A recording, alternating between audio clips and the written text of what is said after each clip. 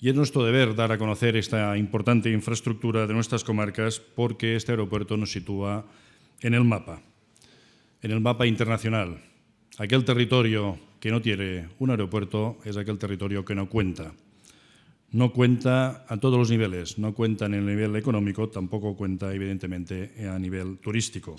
Vamos a marcar en un horizonte de 10 años 400.000 pasajeros, que es muy poco, bastante menos que Reus en esos momentos. Pero seamos realistas, 400.000 pasajeros con una inversión que hace la Generalitat de 90 millones de euros, que ya está prácticamente terminada.